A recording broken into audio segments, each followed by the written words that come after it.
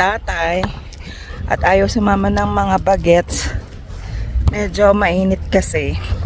Kami dito sa school para maglakad-lakad din ng konti ito si Milo dahil mainit sa kalsada. Dito tayo sa damo habang papapawi si tatay doon ng basketball. Dahil yung dalawa yung busy. Ano ba yan? Milo? Busy maglaro. Hey, we're not going there. Ay. Dito tayo. Dito lang tayo. Okay? Maganda kasi dito sa field na to. Maano siya. Lilim ng konti. Dito kami minsan aray ko. Grabe naman to. Dito kami minsan pagka-fall, maganda yung mga dahon dito. Tapos dito yung hindi masyadong matao. Diyan kami nagpipictorial. Yan, si Milo, yung mga bagets. Kaso ngayon wala yata kami. Ay hindi, sa kami? Sa downtown. Kamusta ang Sabado nyo guys? Ngayon na lang ulit tayo nakapag-vlog.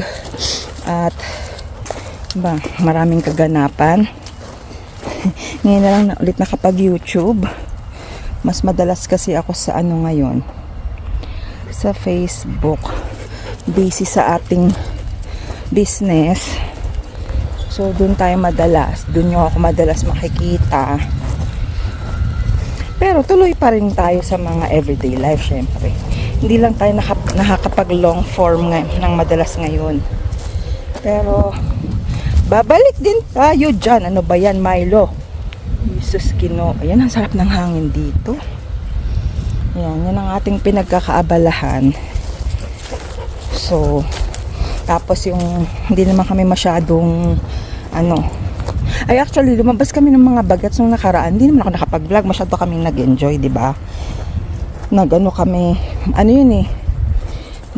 kumain kami sa Manila Grill ng mga business partners ko. Tapos kami what they call this, nag-park kami kasi katapat lang nun yung Millwoods Park. Nag-park kami tapos nag-tiktok which is na-enjoy din naming lahat. Itong aso ko nakikiramdam kasi meron siyang friend dun sa banda ron. Hindi niya po ulit nakikita. Pag nakita nito, naku, hihilahin ako papunta doon. Pero mukhang mabait naman yung aso na yun, kaya lang ewan ko. Kasi syempre naka-off leash siya. Ito hindi naka-off leash. Syempre ayoko namang pasugod-sugod, diba? Nakita niya na guys. Ganito lang naman ang aming ganito lang naman ang aming exercise. Ayun.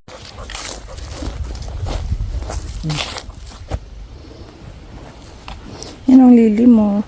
Yun lang kagandahan dito sa Canada. Maraming ganitong park. Yung kahit saan, yung mga school dito. Ganito kasi yung wala tayo masyado sa Philippines, di ba? Dito kasi kahit karamihan ng mga school, kung hindi playground, yung mga ganitong may mga walking trail sa paligid nila. So, syempre pag school days, hindi mo sila isasama dito kasi maraming bata. Pero pag ganitong mga weekends, maganda silang isama. Yan, lakad-lakad lang, ganyan.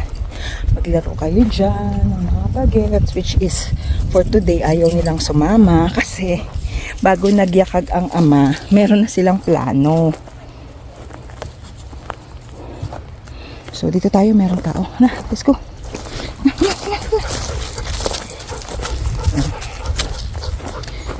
Pero kung nauna ang ama magyakag, malamang sumama yung mga yon. Sana walang dog na kasama yung papalabas dyan. Kasi, ito pag nakakakita kasi ng may time na okay siya, may time naman na hindi Kaya minsan hindi mo malaman kung hanggat hindi sila yung unang nagtatanong kung friendly si Milo, hindi na ako lumalapit. Nadala na ako kasi yung one time, hindi talaga friendly yung aso niya. Buti na lang hindi sila nag-away totally. Kung hindi, Diyos ko. Tsaka na-control ko itong isa. Yung sa kanya, Hindi niya na-control yung aso niya. Buti na lang kamo. Naialis ko si Milo. At saka parehas silang nakalish. Kasi usually kasi ganun, di ba? Mas lalo silang nagre-react pag parehas nakalish. So much better talaga yung either yung magkakilala na sila kung naka-off leash.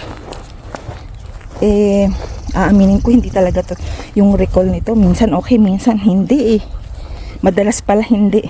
Kasi naman, hindi ko naman siya natitrain ng gano'n ng matagal. Pero pagdating naman sa daycare, yung doggy daycare, okay naman siya. Marami nga siyang friends dun eh. Pero one time nga, yung ilalagay sana namin siya, parang yung doggy daycare niya bahay lang. Parang na-anxiety siya.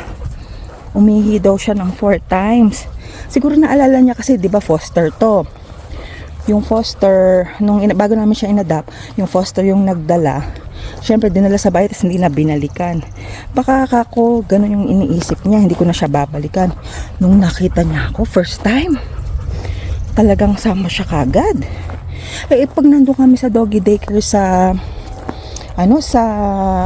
yung big daycare sa mga dogs, minsan ayaw sumama eh. Ayaw pang umalis eh. Doon talagang parang I'm ready to go home, nanay. Anyway, yun lang. So ayun na nga, napagod siya, di ba? Ayun si tatay, oh. Nagpa-basketball mag-isa. Ang sarap ng hangin. Sarap yung hangin dito sa may puno eh. Para makapagpahinga tayo. Minsan mas nakakapagod yung init kaysa dun sa normal na paglalakad. Ayan siya. Si Milo. Ayan. May nakita kasing kaibigan na naman. So kung na yung alaga ko, ayaw na maglakad. Nandito na kami sa lilim.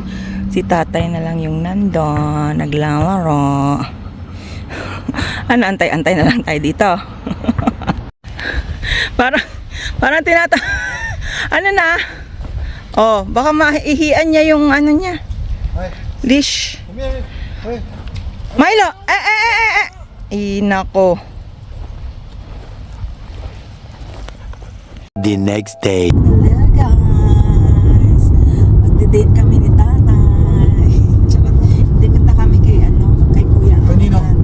Kay Kuya Alan, lechon chupaners.